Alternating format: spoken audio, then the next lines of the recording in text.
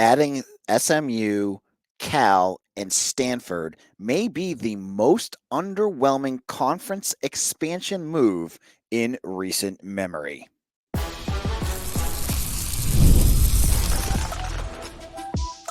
You are Locked On Boston College, your daily podcast on the Boston College Eagles. Part of the Locked On Podcast Network, your team every day. Hello, everyone, and welcome. This is Locked On Boston College. I'm your host, AJ Black of Eagle Insider, part of the 247 Network. This is Locked On BC, your team every day. We're your only daily Boston College podcast out there. Today's episode is brought to you by FanDuel. Make every moment more as playoffs wind down. The sports stop sporting like we want them to, but this summer, FanDuel is hooking up all customers with a boost or bonus. Daily, that's right. There's something for everyone every day, all summer long. Visit FanDuel.com/lockedon to get started. We're now into July. We're going to look at the new additions to the ACC. I'm going to explain why I honestly don't care. And I feel like it's one of the more underwhelming additions and not much fanfare about it. We'll get into that. I'll explain why it doesn't seem like this is going to last very long with some news that's been buzzing around. And I'll look into that. And then some recruiting news because, hey, we're still buzzing on that recruiting stuff. So we'll get into a defensive tackle that I think could be ending up at BC soon. We'll wrap things up with that. So July 1st, the start of the new academic calendar year for all academics, athletic competition. That means Oklahoma and Texas, they ended up in the SEC. With Washington State and Oregon State, they are now part of the Mountain West or WAC conference or whatever they're part of. Poor guys, they're out afloat on their own. But for the ACC, that also means the SMU Mustangs, the Cal Bears, and the Stanford Cardinals, are now officially part of the Atlantic Coast Conference. That is never not going to sound weird to me. 3 teams, one in the middle of the country, 2 on the West Coast, are now part of the Atlantic Coast Conference, putting the teams up to 17 for the upcoming season. Now, I've been sitting on this. I like change. Believe me, change is all for me. Any new additions to things, like new teams to face, teams that may have some similarities to you. That to me can be a good thing. Like I'm excited to see Stanford football play Boston College. I remember when they played it at Alumni Stadium back in the early 2000s. They're a fun program. They've got some similarities. They're high academic schools. It'll be a fun and it's a fun road trip, even though it's all the way across the country. Cool. Cal, kind of the same thing. Not as much of a history between the two schools, but don't hate that one. And SMU, well, we just saw what BC did to SMU in the Fenway Bowl. So take that for what it's worth. But overall picture, when you're looking at the shape of the Atlantic Coast Conference and the differences between June 30th and July 1st, with the 3 new additions, has the needle moved at all? And the answer is a resounding no. While Cal has a killer men's swim team and an improving football team, Stanford, they've got a lot of great Olympic sports. SMU, sleeping giant, none of them like open doors for the conference. It's not like you're adding Notre Dame. It's not like you're adding a school that brings in a huge market with them. So when they came in, it kind of just felt like a dud. Like it was exciting at a little bit last year when they were first announced. It was like, oh, there's something different. But now that they're there, it's like, do you feel any different? I don't. BC gets to play SMU again this year. Fine. They're going to be they're supposed to be a top 25 team, but we'll see how they do when they get to a Power 5 program and face them nonstop and not just, the AAC again. You'll be playing basketball against Stanford. You'll be playing basketball against Cal. And you look at all of this and it seems more like a headache than anything. And I know why they did it. You know why Jim Phillips in the programs added those schools and why some didn't want them. It's because if you lose some programs, which we'll get into in a little bit, you needed to keep a certain amount of schools to keep the grant grant of rights intact. If you lose too many, the whole conference dissolves. You have the Pac-12 all over again. And they are trying their darndest to get more names in there so that it kind of keeps it in place in case the Florida States, the Clemsons, find a way out of this mess. But when you look at the conference and you look at the differences between the ACC, the Big Ten, and the SEC, it's still miles apart. The Big Ten and the SEC are going to be making, was it $30 million more per year in a couple of years than the ACC? They're going to be able, especially with NIL, paying players, having them being salaried, having unlimited coaching, the facilities race, all of this stuff. They're going to be miles ahead because they're going to have way more money to play around with. They're going to be able to hire, oh, we need an inside linebackers coach. Oh, we don't have a defensive tackles coach. Let's get one of those. Let's get 4 offensive analysts that used to be head coaches somewhere else. It's going to be crazy. They're going to be able to do that because they're going to have the money to do that. Adding SMU, Cal, and Stanford doesn't change any of that. It doesn't change the grant of rights, which with ESPN puts you way behind the 8 ball in terms of this arms race. It doesn't move the excitement meter. It doesn't add like quality opponents to keep Florida State and Clemson from crying all the time. It doesn't add like a strength of schedule boost for anything for the college football playoffs. It just adds teams. It adds warm bodies. And basically at the end of the day, that's what Cal, Stanford, and SMU are. They're warm bodies. And they're not like mutant freaks that that don't fit into your system, right? Like you didn't add in like a school that is horrific with academics or like has like an awful APR rating for graduations and things like that. You added some schools that have potential, but at the end of the day, they just feel like warm bodies here. That's all this feels like. And to see, I saw on Twitter, clearly Jim Phillips and his office had a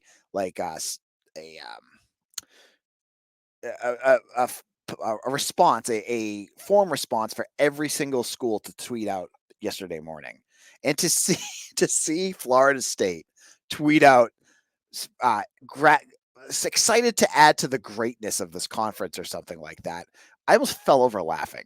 That's ridiculous. I mean, you guys all know how Florida State feels. They think this conference is a joke. So the fact that they actually tweeted that out was probably the most ironic thing that I've seen on Twitter in a long time. But I know folks are going to be hearing this, and, algorithms will probably put me in front of Stanford, Cal, and SMU fans.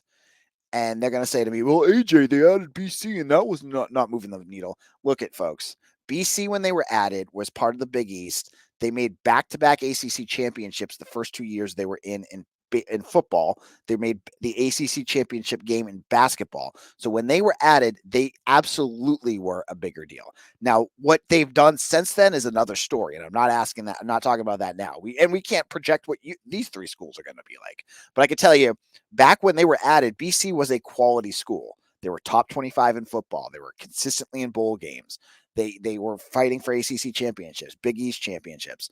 They were always near there. So this is a different beast here, because SMU, yeah, they're top 25, but they're coming from the AAC. When you're beating, whatever schools are in the AAC, the East Carolinas of the world, it's a little different than beating Clemson and Florida State. And for BC, when they entered, they were beating teams like Virginia Tech, Miami, West Virginia, like big schools. So it's different. It's a different situation here. And so, when you're adding in these new programs, you're hoping to get a buzz, and it's just not there. I don't see it, and it's hard for me to be convinced otherwise. Now, in our second segment, why all of this could be just an exercise in futility as we look at what other programs are doing to get this thing to dissolve real quick.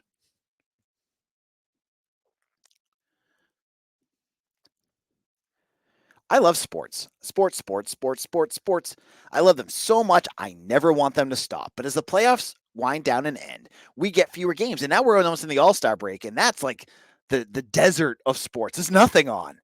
And the sports aren't sportsing like I want them to. But FanDuel lets me keep the sports going whenever I want. All I have to do is open the app and dream up bets anytime I'm in the mood. With baseball cooking up with the Olympics, FanDuel is hooking up all customers with a boost or a bonus daily. That's right, there's something for everyone every day all summer long. So make sure you head over to fanduel.com/locked on and make sure you make the most out of your summer with FanDuel, the official sports betting partner of Major League Baseball. Hey, folks out there, locked on Boston College Nation. Are you watching Fox Sports or ESPN on your TV all day? You see those shows where they're just yelling and screaming and yelling and screaming, and that's all it is. Have you had to turn down the volume with all that shouting? You need to make sure to switch to the Locked On Sports channel today, a free 24/7 sports streaming channel programmed to you every day to bring you the biggest stories without all the screaming. Locked On Sports today brings you can't miss analysis, opinions, and news, streaming 24/7 on YouTube or on the free Amazon Fire TV channels app. It's part of the Locked On Podcast Network. Your team every day. This is Locked On BC, and I am your host, AJ Black. And before we get in this next segment, I want to tell you right now on Eagle Insider, part of the 247 Network, we have tons of recruiting news. If you like recruiting, get over there now. $1 for the first month if you want to become a monthly subscriber. Check it out. It's a good test drive if you want to do it. Go over to Eagle Insider. Notes are in the link is in the notes. If you want to get in as a yearly subscriber, maybe you hadn't resubscribed yet. 50% off right now. You can get in for a cup of coffee a month. I'm going to have you covered for recruiting with football news. Mitch is going to come in with his analysis. We got BC hockey blogger. We got baseball. We got women's basketball. We got hockey. We got everything, man, over there. So come on over. I think you'll enjoy it. Now, as I was saying, the ACC with their lackluster new additions, with the lack of buzz, you know, the grant of rights is in place for a long time. But there's programs out there that we've talked about that are looking to find a way out of it because they aren't making the money that they think they should. Now, obviously, those teams are Florida State and Clemson. Those are the two big ones. But we've heard buzzing from the Board of Trustees over at UNC. I believe UVA has been part of this. There's a bunch of schools that are not overly thrilled with their spot in the ACC, and some are more actively looking to get out than others. So you have these new schools and you have programs that are trying to find some way out. How long is this going to actually be the new look ACC, the bi-coastal conference, or whatever you want to call it? It doesn't look like it could be long. Florida State is actively trying to get out of this. Like, they're in court with the ACC. They've done things like hire their own private equity firms to get things going, to like be able to afford to get out. They're going to do whatever it takes, whether it hurts them in the long run or not. Because one thing with private equity, in this, I'm sure there's good ones out there, but when they get their tentacles on any IP, any property, they're going to want their take. It's almost like a mob boss, right? Like, they're going to give you money, but they're going to want a piece in return, right? Florida State may get out, but how much are they going to owe these companies, and how much, influence are these companies that only care about the bottom line going to take if that's the route that the Seminoles take? It might be a short-sighted idea for them, because long-term it may hurt them. We don't know. You also have to look at how many schools, if this thing was to fall apart, would find new homes. There are the big media companies, ESPN, Fox. Those are the two big ones right now. They are kind of running up against it with the amount of money that they have. It's not an unlimited flow of cash. Like, they can't just keep coming up with money to pay off all these schools and give them more and more money. There's other things that could happen. And, Florida State and Clemson probably will be fine. They're big marquee names. And, maybe a UVA or UNC. But you start to run out of slots when you get to these other schools. And the Big 12, as much as their fan base thinks that they could just keep adding, I don't think the ACC is in that much worse shape than they are. So I look at these schools and I feel like it could end. The ACC, as it's known, could end next couple of years. This could be a short-term thing, adding SMU, Cal, and Stanford. And where people end up is a whole other conversation. But when I'm looking at this conference, to me, Jim Phillips has tried some things, but it's a whole bunch of band-aids thrown on. Like, he's sticking his finger in the hole in the dike over and over again, and I think he's running out of fingers to use because there's not enough small gains, like, increasing things here and there. They need a huge boost.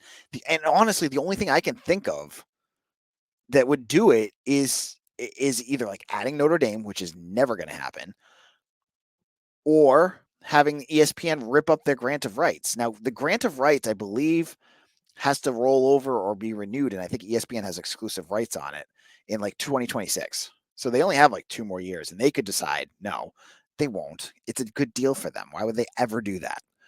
But if all the teams start bailing, if FSU gets some equity to pay off and get the hell out of there, that could be a different story.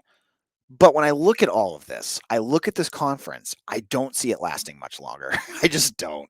Like, there's so much animosity and there's not enough answers and doable action steps that Jim Phillips has shown so far that can fix this thing. It just feels like they're spinning their wheels. And like you've done things like for instance, they did the winner. I forget what they call it, but like the teams that win get more money in their TV revenue payouts. And Florida State basically like spit on that. Like, they don't care. Like, they're going to get more money, but they don't care. Then on the flip side, they try to add more teams, and now it's more expensive for a team like Florida State. Florida State's third in the ACC in number of travel miles for this upcoming season. They got to travel a lot. It's going to cost them a lot of money to move, 100 players and support staff all over the country. They're right up there with Stanford and Cal. So they can't be happy about any of this stuff. And Phillips, as much as he's tried, he has not figured out a thing that's changing and moving the needle. Adding those 3 teams is not fixing it. The winners pool is not changing things. The only thing that they can do is to get that grant of rights ripped up and redone. And I don't see that happening. Now, in our final segment, let's switch it up. Let's talk some recruiting. It's the end of June. It's into July now. What's one name that you haven't heard much about, unless you're in VIP, that you might want to know about? I'll tell you who that is in just a moment.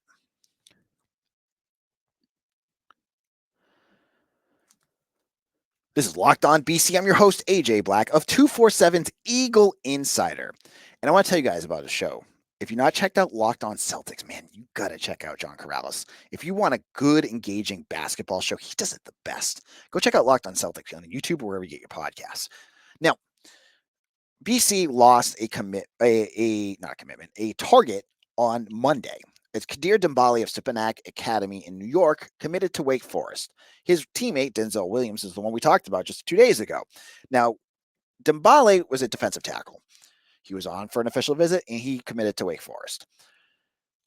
It was a player I was hoping BC would end up with. I thought they were doing pretty well with him, but I think it came down to Wake and BC, and he just chose Wake. So that kind of stuff happens. It's a loss. You don't win every recruiting battle. It doesn't mean anything about Bill O'Brien, but that's where it is. But what was interesting was late last week, there was a new offer to Josiah Victor, a 3-star defensive tackle out of Grayson, Georgia. And things are moving pretty quickly with him. He has not been on a campus for an official visit. He got offered, I think, after the official visits were done. But he's got offers from Georgia, Duke, Colorado. He's got a lot of offers. And it seems to me that BC's in good position with him because he's already announced. He told me that he's going to announce on July 4th. So 2 more days. With things the way things are, I feel like BC could be the leader here. But this would be a great get. First of all, he didn't play a ton last year. He either transferred in or was injured. I forget which one it was. But he was late to Grayson. Grayson is one of the best high school football teams in the country. In a football hotbed like Georgia, where he camped at Georgia, the University of Georgia, and earned an offer. Sign me up. Like, I'm bummed that they lost Dembali, but man, a guy like that has those qualities sounds like a great get to me. Now, he would be the second, if they could get him, he'd be the second defensive tackle. And you feel like that's a good group to bring in. You bring him in and Mike Amity, who I've told you before is like my favorite recruit in this whole class, from Zavarian Brothers in Boston and Massachusetts. That gives you your two defensive tackles. Now, they're still weak on the edge and the offensive line. And that's something I talked about on Eagle Insider. If you want to go check out more of my thoughts on that, there's a whole bunch of stuff. Get that $1 a month subscription. Check it out. I'm telling you right now. But Victor, I think if they can land him, that would be another Georgia commitment. I think there's like five or six commitments in the state of the Peach State right now, and this would be like 6 or 7. Like, you want to go where the talent is, right? You want to get kids here that are playing talent. Like, if you ever watched on like Huddle's the high school highlight reels, some of the schools that you watch, like, they look like they're playing in their backyard. There's no fans, and then like, yeah, come on over, go from that to the ACC and see how it goes. It's a different ball game in Georgia, folks. Watch those games, and it's like the stands are about as packed as it can get sometimes at Alumni Stadium. Grayson's a big example of that. They're a big program. That you're getting talent, and you can identify easier if they're going to be a good fit, or maybe they're not ready for Power 5 football. That's why I get excited by a guy like Victor. Like, yes, Dembele played for Stepanak, which is not a bad program, but it's New York. Like, how many like New York players are like? There's a few, but give me the Georgia guys, right? So this will be something to watch. He's going to commit on Thursday. We'll get more in tune on that as soon as it comes out. I mean, we'll be all over that here on Eagle Insider and on Locked On BC. Thank you all who have made Locked On BC your everyday. Like, every one of you who just, you wake up in the morning, you're like, I got to hear what AJ's got to say. Thank you. If you're listening on YouTube, if you're listening on your Spotify or whatever podcast app you have, you guys make a big difference, and you make Locked On BC what it is today. If you haven't done it so already, subscribe and like this. It'll make, we're getting closer to the season. We're only a month and a half away, folks. Like just a month away from practice. I'll be in Chestnut Hill in a month watching Bill O'Brien getting ready for the season. So make sure you hit that subscribe button before you head out. Thank you all for listening, and we'll see you again tomorrow for another episode of Locked On Boston College, your team every day.